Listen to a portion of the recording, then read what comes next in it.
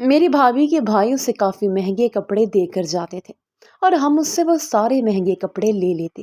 اس نے کبھی انکار نہیں کیا، وہ اپنی ہر مہنگی چیز ہمیں دے دیتی تھی۔ ہم دونوں بہنوں کے لیے بھابھی کے بھائیوں کا رشتہ آیا۔ میرے تو پاؤں زمین پر ٹک نہیں رہے تھے، لیکن جس دن شادی ہوئی ہوش تو تب بڑے، جب شادی کی پہلی رات اس نے مجھے عجیب سے کپڑے دیے اور انہیں پہننے کے لیے کہا۔ اس کے بعد وہ مجھے کہیں لے کر گیا۔ اس جگہ کو دیکھ کر میرے رونگٹے کھڑے۔ میرا نام فاریہ ہے، ہم دو بہنیں اور ایک بھائی تھا۔ میں بہت چھوٹی سی تھی جب میرے والد کا انتقال ہو گیا تھا۔ میرا بھائی پڑھائی کے ساتھ ساتھ کام بھی سیکھتا تھا، کیونکہ جانتا تھا ہم غریب لوگ ہیں اور ہمارے سر پر کوئی بھی کفالت کرنے والا نہیں ہے۔ ہم بہت ہی غریب تھے، ہمارا گھر بھی چھوٹا سا تھا، بہت ساری خواہشات مار کر جینا پڑتا تھا۔ میرا بہت دل چاہتا تھا میرے پاس بہت سارا پیسہ ہو اور میں کھلے دل کے ساتھ اپنی ہر خواہش پوری کروں، مگر کیسے کرتی؟ اتنا سرمایہ نہیں تھا۔ ہم دونوں بہنیں اسکول میں پڑھ رہی تھیں۔ میرے بھائی کی ایک جگہ نوکری لگ گئی تھی، نوکری کرنے لگ گیا تھا اور جو بھی پیسے کما کر لاتا اس میں سے ہماری ہر خواہش پوری کرتا، اور ہم تو جیسے پھر نخرہ ہی کرنے لگ گئے۔ ہمیں ہر ماہ کچھ نہ کچھ چاہیے ہی ہوتا تھا، اور میرے بھائی نے کبھی ماتھے پر شکن تک نہیں ڈالی۔ ہم جو چیز مانگتے وہ ہمارے منہ سے نکلنے سے پہلے حاضر کر دیتا، چاہے وہ کتنی ہی مہنگی کیوں نہ ہوتی۔ جس طرح موبائل فونز اور اس کے ساتھ لیپ ٹاپس وغیرہ، وہ اپنی تنخواہ سے پیسے جوڑتا تھا، یا پھر گھر کا گزارا کیسے ہوتا تھا، ہم اس بارے میں کبھی کچھ خبر نہیں ہوئی۔ ہم تو اپنی لالچ میں بہت زیادہ اندھی ہو گئی تھی۔ ہماری قسمت تو تب بدلی جب ہماری زندگی میں ہماری بھابھی ہیں۔ اس کا نام نور تھا، وہ اور بھائی ایک جگہ کام کرتے تھے۔ بھائی ایک اچھے کالج میں پروفیسر تھے تو وہ بھی ان کے ساتھ ہی پڑھایا کرتی تھی، اور پھر دونوں کی دوستی ہو گئی۔ وہ دونوں ایک ساتھ بیٹھ کر سارے کام کرتے تھے اور ایک ساتھ بیٹھ کر کھانا وغیرہ بھی کھاتے تھے۔ دونوں کو ایک دوسرے کے خیالات پسند تھے، دونوں کی سوچ ملتی تھی۔ اس لیے نور نے خود ہی میرے بھائی کو شادی کے لیے پوچھ لیا، اور میرا بھائی بھی اسے پسند کرتا تھا۔ اس لیے بھائی نے کہا اماں سے بات کرے گا، اور پھر جیسے ہی بھائی نے اماں سے بات کی، میری اماں کے چہرے پر تو خوشی دیکھنے والی تھی۔ اماں یہ سوچ رہی تھیں کہ ہو سکتا ہے اس کے آنے سے گھر میں کوئی پیسہ بھی آ جائے۔ اماں نے کہا ٹھیک ہے، پہلے ایک بار نور سے ملنا چاہتی ہیں، اگر نور ان کی کچھ شرائط پر پوری اتر گئی تو وہ اسے اپنی بہو بنا لیں گی۔ عمر بھائی نے کہا ٹھیک ہے، ویسے بھی نور بھابھی کھاتے پیتے گھرانے سے تھی۔ انہوں نے نور سے کہا تو نور نے کہا وہ خود ہی ملنے آ جائے گی، اور پھر وہ ہمارے گھر آئی تھی۔ شکل و صورت کی بھی اچھی تھی، اتنی بری نہیں تھی، وہ خوبصورت تھی، اور اس کے لباس سے پتہ چل رہا تھا وہ کھاتے پیتے گھرانے کی ہے۔ اماں اس کے سامنے بیٹھی ہوئی تھی اور اس کا سر تپیر جائزہ لے رہی تھی۔ پھر اس کے بعد اماں نے اسے ایک لمبی لسٹ بنا دی کہ اسے اس گھر میں کیا کیا لے کر آنا ہے۔ اس میں تقریباً سارا ہی فرنیچر تھا۔ وہ سارا سامان اتنا زیادہ تھا کہ ہمارے تو وارے نیارے ہو جاتے۔ نور نے ماتھے پر بنا شکن آئے وہ ساری لسٹ پکڑ لی۔ اس نے کہا کہ ٹھیک ہے، وہ سارا سامان لے آئے گی، اسے کسی قسم کا کوئی مسئلہ نہیں ہے، اور بس۔ اماں کے تو جیسے بھاگ ہی کھل گئے۔ اماں نے بھی کہہ دیا کہ ٹھیک ہے، ہمیں کوئی مسئلہ نہیں ہے، شادی ہو جائے گی، پھر کیا بھائی کی شادی طے کر دی گئی۔ دنوں میں ہی ہمارے گھر میں اتنا سامان آیا جتنا ہم نے کبھی خواب میں بھی نہیں سوچا تھا۔ اس میں ہر وہ چیز تھی جو ہم استعمال کر سکتے تھے، جو ہمارے پاس تھی ہی نہیں۔ بھابھی کے بھائیوں نے اسے سارا فرنیچر اور جہیز دیا تھا۔ ہمارے گھر میں 3 کمرے تھے، اماں نے سب سے بڑا کمرہ بھائی بھابھی کو دے دیا، کیونکہ اس کا سامان اتنا زیادہ تھا کہ چھوٹے کمرے میں آ ہی نہیں سکتا تھا۔ اس کے آنے کے بعد تو جیسے ہمارے حالات دنوں میں بدلے تھے۔ اماں نے تو شادی کے کچھ دنوں بعد ہی اسے کچن کے کاموں میں لگا دیا تھا۔ اس نے بھی بنا کسی بحث کے سارے کام کرنے شروع کر دیے۔ خیر ہم دونوں بہنیں پہلے بھی کام نہیں کرتی تھیں، لیکن بھابھی کے آنے کے بعد تو جیسے ہم بہت ہی زیادہ سست ہو گئی تھیں۔ ہم نے صاف منع کر دیا، ہم نے کوئی کام نہیں کرنا۔ پہلے کبھی کبھار ہم دونوں بھابھی کے ساتھ ایک آدھا کام کروا لیتے تھے، لیکن پھر تو آہستہ آہستہ ہم نے ایک آدھا کام کرنا بھی چھوڑ دیا۔ ہم دونوں یونیورسٹی سے آتی تھیں اور بس پھر اتنی تھک جاتی تھیں کہ کسی کام کی ہمت ہی نہیں ہوتی تھی۔ تو اماں نے صاف صاف کہہ دیا کہ ہم دونوں گھر کا کوئی کام نہیں کریں گی۔ نور نے کہا ٹھیک ہے، وہ سارے کام کر لیا کرے گی۔ وہ سارا دن کچن میں کھڑی ہو کر گرمی میں کھانا بناتی۔ سارے گھر والوں کے لیے اس کے ہاتھ میں ذائقہ بھی بہت زیادہ تھا۔ وہ کبھی بھی کسی بھی بات پر لڑتی جھگڑتی نہیں تھی۔ اس کے اندر اتنا صبر تھا کہ کبھی کبھی ہم دونوں حیران ہو جاتے۔ کہ وہ اتنا صبر کہاں سے لاتی ہے، لیکن ہمیں یہ نہیں پتا تھا کہ اس کے پاس یہ صبر آیا کہاں سے ہے۔ خیر یہ سلسلہ چلتا رہا۔ عمر بھائی نے کبھی ہم سے یہ نہیں کہا کہ ہم کیوں اس کی بیوی سے اتنا کام کرواتے ہیں، نہ اس نے اماں سے کبھی شکایت کی۔ جب اس کی بیوی کو ہی مسئلہ نہیں تھا تو پھر عمر بھائی کا مسئلہ ہونا بھی نہیں بنتا تھا۔ وہ دونوں ایک ساتھ خوش تھے۔ عمر بھائی کی جتنی تنخواہ تھی ہم اس پر اپنا حق سمجھتے تھے اور ہم بلا جھجک اس سے ہر چیز مانگ لیتے تھے، لیکن یہ سب اس کی شادی سے پہلے تک تھا۔ شادی کے بعد تو ہم ہر چیز بھابھی سے مانگنے لگے۔ اکثر اس کی مہنگی مہنگی چیزیں جو ہمیں پسند ہوتی، اس کا میک اپ کاسمیٹکس کا سامان، اور اس کے علاوہ کافی ساری چیزیں جو بہت زیادہ مہنگی ہوتی، ہم ایک بار اسے استعمال کرنے کے لیے لیتے، وہ خود ہی دے دیتی۔ اور جب ہم کہتے کہ ہمیں یہ پسند ہے، ہم نے رکھنی ہے، تو وہ کہتی ٹھیک ہے تم لوگ رکھ لو۔ وہ خود ہی ہر چیز ہمیں دے دیتی تھی۔ کبھی کبھی ہمیں بہت حیرت ہوتی کہ وہ کبھی بھی ہم سے اپنی چیزوں کے بارے میں لڑتی جھگڑتی نہیں ہے۔ اس نے کبھی یہ نہیں کہا تھا کہ یہ چیز میری ہے۔ وہ ہر چیز کو بانٹنے کی عادی تھی۔ ہم جس بھی جوڑے پر ہاتھ رکھتے وہ ہمارے حوالے کر دیتی۔ اور تو اور اس نے اپنے جہیز کا سامان زیادہ استعمال ہی نہیں کیا تھا۔ کافی ساری چیزیں اس کے کمرے میں پڑی ایک کونے میں خراب ہوتی رہتی، وہ استعمال ہی نہیں کرتی تھی، تو پھر ہم مانگ لیتے تھے۔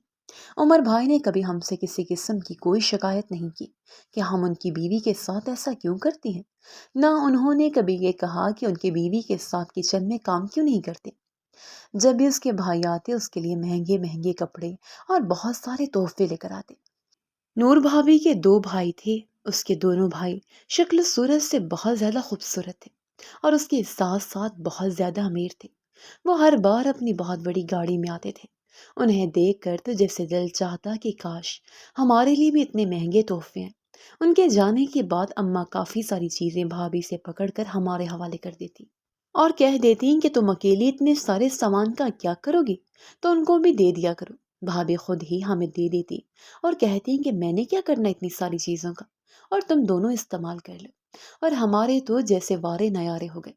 مطلب اس کے آنے کے بعد تو زندگی جیسے کھل سی گئی تھی۔ ہر چیز ہمیں ملنی شروع ہو گئی تھی، ہر وہ چیز جو ہم بچپن سے سوچتی اور دیکھتی آئی تھی۔ ہم دونوں بہنیں یونیورسٹی سے آ کر بھابھی کے کمرے میں جا کر سو جاتی، کیونکہ اس کمرے میں اے سی لگا ہوا ہوتا۔ وہ خود کچن میں گرمی میں کام کر رہی ہوتی اور ہم تو اس کے کمرے میں مزے سے سو رہے ہوتے۔ اس نے کبھی کسی چیز کے لیے منع نہیں کیا تھا۔ اس نے کبھی یہ نہیں کہا تھا کہ یہ میرا کمرہ ہے، یہاں سے باہر نکلو۔ وہ بہت زیادہ صابر تھی، اور یہ کیوں تھی، یہ بات اگر ہمیں پتا ہوتی تو شاید ہمارے لالچ کی کوئی حد ہوتی، لیکن ہم کہاں جانتے تھے۔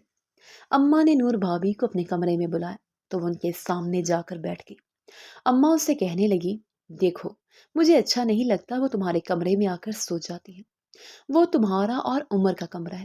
لیکن بھابھی نے نفی میں سر ہلایا اور ہلکی سی مسکراہٹ کے سنگ اماں کو کہا، کوئی بات نہیں اماں، میری بہنیں ہیں، اگر میرے کمرے میں سو بھی جاتی ہیں تو کیا مسئلہ ہے، ویسے بھی اتنی گرمی میں باہر سے پڑھ کر آتی ہیں، مجھے کوئی مسئلہ نہیں ہے، آپ بھی پریشان مت ہوا کریں۔ بھابھی نے اماں کو پرسکون کرنے کی کوشش کی، لیکن اماں نے نفی میں سر ہلاتے ہوئے کہا، ہرگز نہیں، یہ مناسب نہیں لگتا، تم اس گھر کی بہو ہو اور وہ دونوں ہر وقت تمہارے کمرے میں گھسی رہتی ہیں، یہ بہت ہی غیر مناسب حرکت ہے۔ اماں کی بات سنتی نور بھابھی کے چہرے پر رسمی مسکراہٹ آئی تھی، جیسے انہیں اماں کی بات اچھی لگی ہو، لیکن انہوں نے کسی قسم کی کوئی مخالفت نہیں کی۔ کوئی بات نہیں اماں، مجھے کوئی مسئلہ نہیں ہے، بھابھی نے دوبارہ یہی کہا، لیکن اماں کے دماغ میں تو کچھ اور ہی چل رہا تھا۔ نہیں، تم ایک کام کرو کہ اپنے بھائیوں کو کہہ کر ان دونوں کے کمرے میں بھی اے سی لگوا دو، تاکہ وہ تمہارے کمرے میں جایا ہی نہ کرے۔ دیکھو تمہارے کمرے میں گند ڈال دیتی ہے اور پھر تمہیں سارا سمیٹنا پڑتا ہے۔ بیٹا میں تمہارے بھلے کی ہی بات کر رہی ہوں، میں نہیں چاہتی کہ تم سارا دن دوہری دوہری بار کام کرو۔ بھابھی نے کہا ٹھیک ہے، وہ اپنے بھائی سے بات کریں گی، اور واقعی اس نے بات کر دی تھی، اور 2 دن بعد ہی ہمارے اپنے کمرے میں اے سی لگ گئے، اور ہم دونوں بہنیں تو جیسے آسمان میں اڑتا ہوا محسوس کر رہی تھیں۔ اس کے بعد ہم نے بھابھی کے کمرے میں جانا ہی چھوڑ دیا، ہم دونوں اپنے کمرے میں آتی اور کمبل تان کر سو جاتی۔ اتنا سکون ملتا تھا اے سی میں سونے کے بعد۔ ہم دونوں بہنیں جو پہلے ہی کام نہیں کرتی تھیں، اب زیادہ ہی کچھ سست ہو گئی تھیں۔ سارا دن بھابھی گھر کے کام کرتی رہتی۔ اماں کو بھابھی کے آنے سے بہت زیادہ فائدہ ہو گیا تھا۔ اماں پہلے کپڑے سلائی کر کے ہمارا اور اپنا خرچہ اٹھایا کرتی تھی، اماں کے پاس وہ نکارہ سی مشین تھی، لیکن بھابھی کے جہیز میں آئی ہوئی اتنی مہنگی مشین سے تو اماں بہت آسانی سے بہت سارے کپڑے سی لیتی تھی۔ اماں کے لیے جیسے بہت ہی زیادہ فائدہ ہو گیا تھا۔ اس کے علاوہ بھابھی اپنی واشنگ اور ڈرائر لے کر آئی تھی۔ اب تو ہمیں کپڑے بھی دھونے نہیں پڑتے تھے، وہ خود ہی مشین میں دھو لیا کرتی تھی۔ غرض وہ ہمارے سارے گھر کے کام کر لیا کرتی تھی۔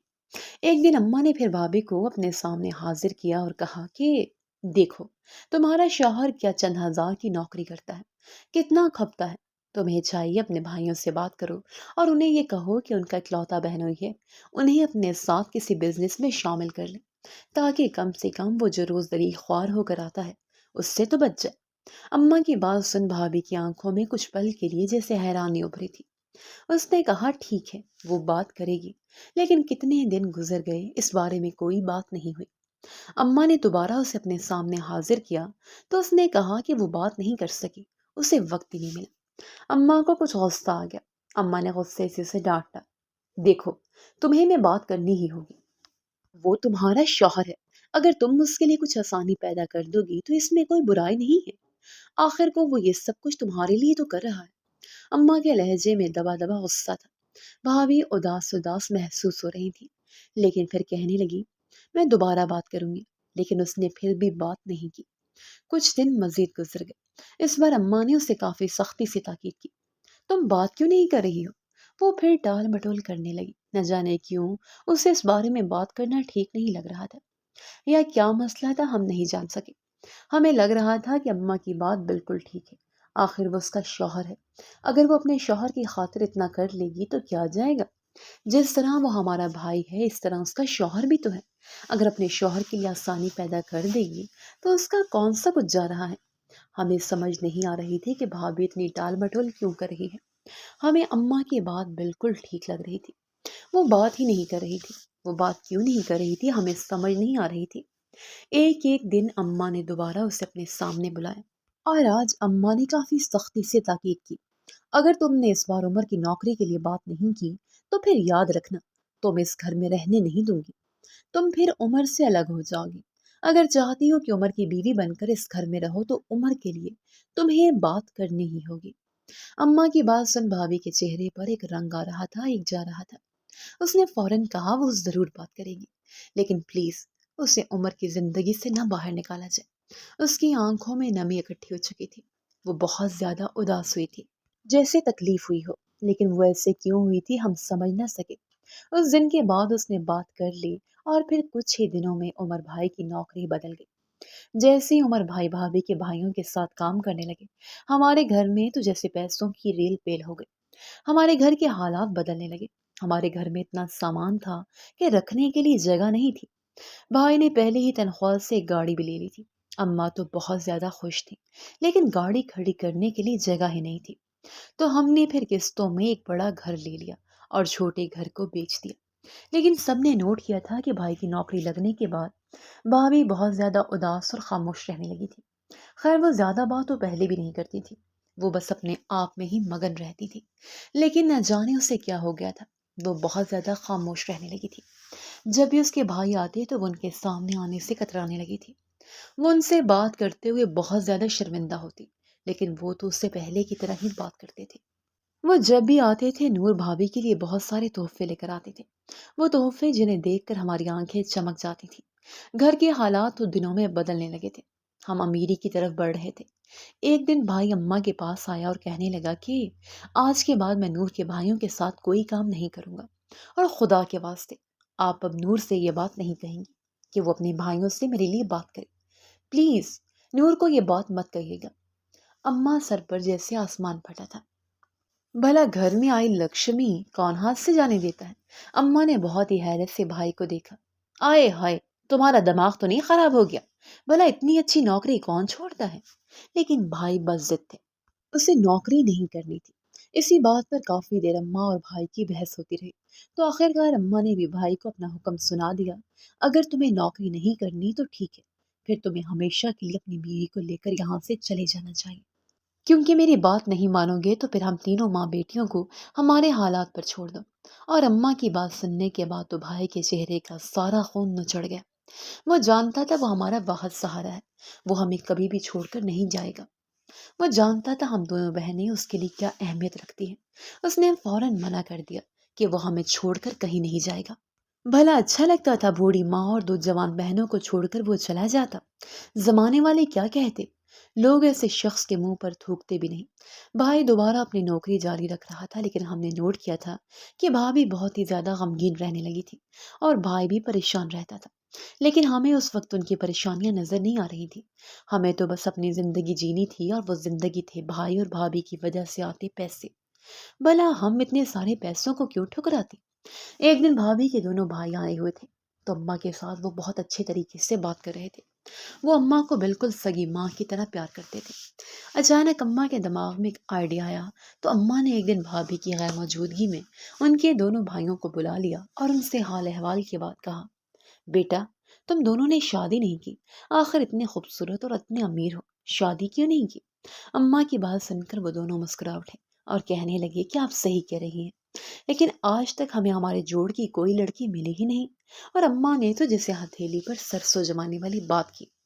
تو اماں نے کہا، ویسے تو میں نے اپنی دونوں بیٹیوں فاریہ اور ماریا کی شادی کرنی ہے، تو اگر تم دونوں کی شادی کرنی ہے تو میری بیٹیوں کے بارے میں بھی سوچ سکتے ہو، ویسے بھی میں نے ان کی بہت اچھی تربیت کی ہے۔ اماں کی بات سن کر ان دونوں کے چہروں پر گہری مسکراہٹ بکھری تھی۔ ہمیں امید نہیں تھی کہ ہمارے آس پاس سے رشتہ ہوگا، ہم نے کبھی اس بارے میں سوچا ہی نہیں۔ آپ بالکل ٹھیک کہہ رہی ہیں، اگر ہمیں شادی کرنی ہوئی تو ہم آپ کی بیٹیوں سے ہی کریں گے۔ ہم نے سوچا ہی نہیں تھا کہ ہمارے پاس دو اتنی خوبصورت لڑکیاں بھی رہتی ہیں۔ ان کی بات سنتی ہم دونوں جیسے آسمان پر اڑ رہی تھی۔ تو ٹھیک ہے، پھر بیٹا تم دونوں شادی کی تیاریاں شروع کرو، مجھے کوئی مسئلہ نہیں ہے، میں اپنی بیٹیوں کی شادی تم لوگوں کے ساتھ کرنے کے لیے بالکل تیار ہوں۔ اماں کی تو جیسے ساری مرادیں پوری ہو رہی تھی، اتنے امیر داماد مل رہے تھے اور وہ دونوں بھی خوشی خوشی ہاں کرتے چلے گئے۔ ان دونوں کے جانے کے بعد اماں نے بھابھی سے کہا کہ ہم دونوں کے لیے کوئی رشتہ دیکھیں، تو اس نے کہا کہ اس کی نظر میں اپنے بھائیوں کے علاوہ اور کوئی نہیں ہے۔ اماں کہنے لگی، یہ بات تو مجھے پہلے بھی بتا سکتی تھی، تمہیں چاہیے تھا کہ تم پہلے ہی اپنے بھائیوں کے لیے میری بیٹیوں کا رشتہ مانگ لیتی۔ آئے ہائے، میری بیٹیوں میں کون سا کوئی برائی تھی؟ بھابھی نے وضاحت کرنے کی کوشش کی، لیکن اماں نے اس کی کوئی بات نہیں سنی۔ بس بس، میں جانتی ہوں یہ سارے تمہارے نخرے ہیں، اور ویسے بھی تمہارے دونوں بھائیوں سے پہلے ہی بات کر چکی ہوں، اور ان دونوں کو بھی میری بیٹیوں سے شادی کے لیے کوئی اعتراض نہیں ہے۔ اماں جیسے بھابھی کو نیچا دکھانا چاہتی تھی۔ بھابھی خاموش ہو کر رہ گئی۔ ہم دونوں بہنوں کی گھر میں شادی کی تیاریاں شروع ہونے لگی۔ جیسے ہی یہ بات عمر بھائی تک پہنچی، وہ بہت زیادہ پریشان ہو گئے اور کہنے لگے، اماں، نور کے بھائیوں کے ساتھ ہماری شادی کرنے سے پہلے آپ 1000 بار سوچ لیجیے گا۔ لیکن اماں نے اس کی ایک بات نہیں سنی۔ اماں مت کریں وہاں شادی۔ بھائی منع کرتے رہ گئے، لیکن ہم نہیں جانتے تھے وہ منع کیوں کر رہے ہیں۔ ہم تو اس وقت کھلی آنکھوں سے خواب دیکھ رہی تھی۔ میں بہت خوش رہنے لگی تھی، مجھے لگتا تھا جیسے میں ساری زندگی اب عیش و عشرت میں گزاروں گی۔ اماں اور بھائی کی کافی بحث ہوئی اور آخرکار بھائی نے کہہ دیا، ٹھیک ہے، لیکن جو انجام ہوگا اس کے بعد مجھے مت کہیے گا۔ اماں نہیں جانتی تھی بھائی ایسا کیوں کہہ رہے ہیں، لیکن ہماری شادی کی تیاریوں کے دوران بھابھی بہت زیادہ غمگین رہتی تھی۔ ایسا لگتا تھا جیسے وہ ہر وقت روتی رہتی ہے، اس کی آنکھیں سرخ رہتی تھیں، وہ اتنی خاموش ہو گئی تھی جیسے گونگی ہو۔ ہر ہمیں کیا فرق پڑ رہا تھا، ہم اپنی بھابھی کو تو پہلے بھی گھاس نہیں ڈالتے تھے۔ شادی کی تیاریاں زور و شور سے سارے گھر میں جاری تھی، اور ہم اتنی خوش تھیں کہ ہماری خوشی کا کوئی ٹھکانہ ہی نہیں تھا۔ ہمارے لیے مہنگے مہنگے کپڑے آنے لگے، جو سامان انہوں نے ہماری بری کے لیے تیار کیا وہ بہت زیادہ مہنگا تھا۔ اتنے مہنگے کپڑے، اتنے مہنگے جوتے کہ کبھی ہم نے خواب میں بھی نہ سوچے ہوں۔ وہ لاکھوں کا سامان تھا۔ اتنا ہی نہیں، شادی سے پہلے ہی اماں نے ہم دونوں بہنوں کو ان دونوں بھائیوں کے ساتھ بھیج دیا، تاکہ ہم دونوں ان کے ساتھ جا کر وقت گزار سکیں اور ان کے ساتھ شاپنگ کر سکیں۔ وہ دونوں اتنے خوبصورت تھے، اوپر سے اتنے امیر تھے کہ ہم دونوں بہنوں کے تو جیسے وارے نیارے لگ گئے تھے۔ اس وقت ہم دونوں بہنیں اور ہماری لالچ آسمان کی بلندیوں کو چھو رہی تھی۔ میں نے کبھی نہیں سوچا تھا کہ مجھے اتنا امیر شخص مل سکتا ہے، اور آخر میں بھی تو تھی بہت خوبصورت۔ ہاں، بس ایک بات تھی کہ میں غریب گھر میں پیدا ہوئی تھی۔ خیر، ہماری شادی کا دن بھی آ گیا۔ ہم دونوں بہنیں بہت زیادہ خوش تھی۔ ہم بہت زیادہ مہنگے بیوٹی پارلر سے تیار ہوئی تھی، ہم نے بہت زیادہ مہنگے کپڑے پہن رکھے تھے، کچھ بھائی کی دولت کا نشہ تھا اور کچھ ہونے والے شوہروں کی امیری تھی کہ ہم دونوں بہنیں اتنی مغرور ہو گئی تھیں کہ ہم نے شادی سے پہلے سارے گھر کے کام کرنے بند کر دیے۔ ہم نے صاف صاف کہہ دیا اب شادی تک ہم کوئی کام نہیں کریں گے۔ تو اماں نے بھابھی سے کہہ دیا کہ ان دونوں کی شادی ہونے والی ہے، تم نے ان دونوں کو کسی بھی کام کے لیے فورس نہیں کرنا۔ بھابھی پہلے بھی ہمیں کسی کام کے لیے فورس نہیں کرتی تھی۔ اس کے بعد بھابھی سارا دن کام کرنے لگی، یہاں تک کہ وہ ہمیں بستر پر بیٹھ کر ہی پانی کا گلاس دیتی تھی۔ ہم اتنی سست ہو چکی تھی کہ خود اٹھ کر ایک پانی گلاس بھی نہیں پی سکتی تھی۔ وہ اتنی صابر اور شاکر تھی کہ وہ ہمیں ہر بات پر ہاں کہہ دیتی تھی۔ وہ ہمارا حکم مانتی جیسے ملازمہ، اور ہم خوش تھے۔ ہم تو ویسے بھی فری کی ملازمہ ملی ہوئی تھی، اور ویسے بھی ہم کہتے تھے وہ اس گھر کی فرد ہے، اس گھر کے سارے کام کرنے اس پر فرض ہیں۔ لیکن ہم کہاں جانتے تھے کہ ہم کتنا بڑا گناہ کرتے جا رہے ہیں۔ بھابھی اتنی اچھی تھی کہ اپنے ہر مہنگے سوٹ کو بنا پہنے ہمارے حوالے کر دیتی تھی۔ کچھ کپڑے ایسے تھے جو اس نے دیکھے تک نہیں تھے، وہ ہم پہن لیتے تھے، اور ہم نے نوٹ کیا تھا وہ اپنے بھائیوں کی لائی ہوئی چیزوں کو استعمال ہی نہیں کرتی تھی۔ وہ کمرے میں ایک سائڈ پر پڑی رہتی تھی، تو پھر کیوں ہم اتنی مہنگی چیزوں کو خراب کرتے؟ وہ ہم استعمال کر لیا کرتے تھے۔ ہمارا تو یہ کہنا تھا کہ ہمارے گھر میں آئی ہر چیز کیا بھابھی کی ہماری ہے۔ ہم نے اس کی ہر چیز پر بہت زیادہ عیش کی، یہاں تک کہ اس کی کبرڈ میں لٹکے سوٹ تک اتار لیتے تھے۔ اس نے کبھی کسی چیز کے بارے میں منع نہیں کیا۔ خیر شادی کا دن آ گیا، ہم دونوں بہنیں بہت زیادہ خوش تھیں۔ وہ بہت بڑا اور بہت خوبصورت بنگلہ تھا۔ ہماری شادی بہت دھوم دھام سے کی گئی، ایسا لگ رہا تھا جیسے سارے شہر میں سب سے مہنگی شادی ہماری ہے۔ میں بہت زیادہ خوش تھی، اور میں کمرے میں بیٹھی ہوئی ندیم کا انتظار کر رہی تھی۔ میرے دل میں خوشی سے لڈو پھوٹ رہے تھے۔ میں آنے والے لمحات کے بارے میں سوچ سوچ کر پریشان اور خوش ہو رہی تھی۔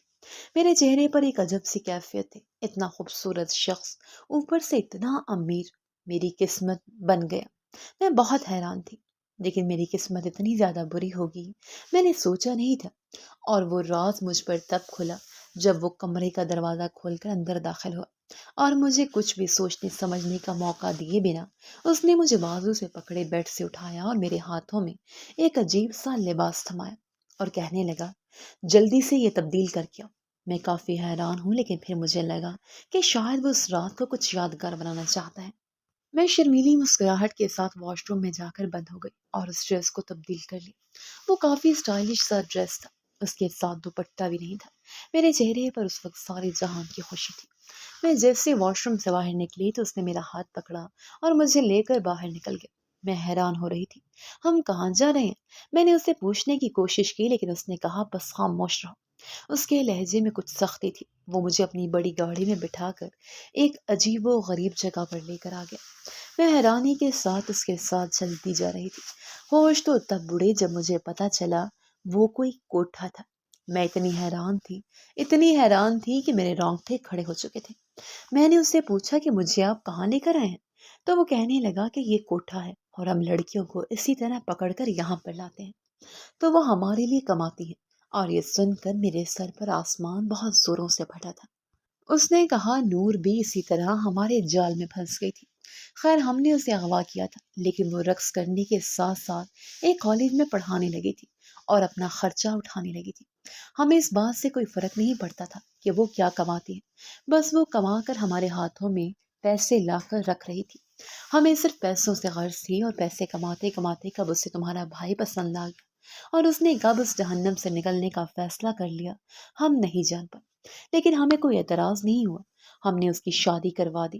آخر اس کی شادی کے بعد تم دونوں لاٹریوں کو تو حاصل کرنا تھا، اس لیے ہم نے اس پر اتنا پیسہ خرچ کیا کہ تمہارے سارے گھر والے شیشے میں اتر چکے تھے، اور وہ آفس جہاں تمہارا بھائی ہمارے ساتھ بیٹھ کر کام کرتا تھا، وہاں ہم اس کوٹھے پر کمائے جانے والے پیسوں کا حساب کرتے تھے۔ اور یہاں بہت ساری لڑکیاں ہیں جو اسی طرح کماتی ہیں۔ کچھ لڑکیاں رات کو کوٹھوں پر رقص کرتی ہیں، اور دن میں امیر گھروں میں جا کر صفائی کا کام کرتی ہیں، اور آج سے تم بھی یہی کام کرو گی۔ اور خبردار اگر یہاں سے بھاگنے کی کوشش کی تو تمہارے ساتھ بہت بے رحم پیش آ جائے گا، اور تمہارے دونوں ہاتھ پاؤں کاٹ دوں گا، پھر اس طرح تمہیں سڑک پر کھڑا کر دوں گا، پھر تمہیں بھیک مانگنے کے لیے زیادہ محنت کرنے کی ضرورت نہیں پڑے گی۔ اور میں نے اپنی زندگی میں اس شخص کا کون سا روپ دیکھ لیا تھا؟ میں حیران تھی، میرے دماغ میں دھماکے ہو رہے تھے، اور مجھے اب ساری کہانی سمجھ آ گئی تھی۔ کیوں نور بھابھی اتنی پریشان رہتی تھی، وہ کیوں اتنی صابر اور شاکر تھی، کیونکہ اسے ایک گھر مل گیا تھا، وہ کیوں سارے گھر کے کام کر لیتی تھی، کیونکہ وہ اس طرح کی زندگی نہیں گزار رہی تھی، وہ خوش تھی کیونکہ اس نے اتنا برا وقت دیکھ لیا تھا کہ وہ ہماری ہر بات سن اور سمجھ لیتی تھی۔ آج میں سمجھ گئی تھی کہ وہ کیوں اتنے مہنگے تحفوں کو ہاتھ نہیں لگاتی تھی، کیونکہ وہ حرام کی کمائی کے تحفے ہوتے تھے۔ وہ کیوں اپنے شوہر کو اپنے بھائیوں کے ساتھ کاروبار کے لیے فورس نہیں کر رہی تھی، تو وہ کیوں ہماری شادی سے خوش نہیں تھی۔ وہ اس کی آنکھوں کی نمی آج مجھے سمجھ آ گئی۔ میں نے 2 بار اس کوٹھے سے بھاگنے کی کوشش کی، لیکن 2 مرد مجھے پکڑ کر لے آتے ہیں۔ میری ساری زندگی کے لیے اس کوٹھے پر بند ہو گئی ہوں۔ میں نہیں جانتی تھی کہ میری بہن ماریا، اس کا کیا حال ہے۔ شاید وہ بھی میری طرح کسی دوسرے کوٹھے میں پڑی ہو۔ اس دن کے بعد سے میں اپنے گھر والوں سے کبھی نہیں ملی۔ مجھے سمجھ آ گئی تھی میری لالچ کی کوئی حد نہیں، لیکن اب میں مجبور تھی۔ مجھے ایک نوکرانی بن کر امیر گھروں میں صفائی کرنی تھی اور رات کو اس کوٹھے پر بیٹھ کر رقص کرنا تھا۔ بس یہی میری زندگی رہ گئی تھی۔ اب میں پچھتاتی تھی کہ کاش میری لالچ کی کوئی حد ہوتی تو شاید میری زندگی ایسے نہیں ہوتی۔ لیکن وہ لڑکیاں ہماری جیسی ہوتی ہیں جو لالچ کی حد میں اندھی ہو جاتی ہیں، اور کچھ لڑکیاں نور جیسی ہوتی ہیں جو اپنی عزت بچانے کے لیے سب کچھ صبر شکر سے برداشت کر جاتی ہیں۔ اب پچھتانے کا فائدہ نہیں تھا، کیونکہ یہ وہی سزا تھی جو میں ڈیزرو کرتی تھی۔ جی تو دوستو، کیسی لگی آپ کو ہماری آج کی کہانی؟ اپنی رائے کا اظہار ہمارے کمنٹس باکس میں ضرور کیجیے گا۔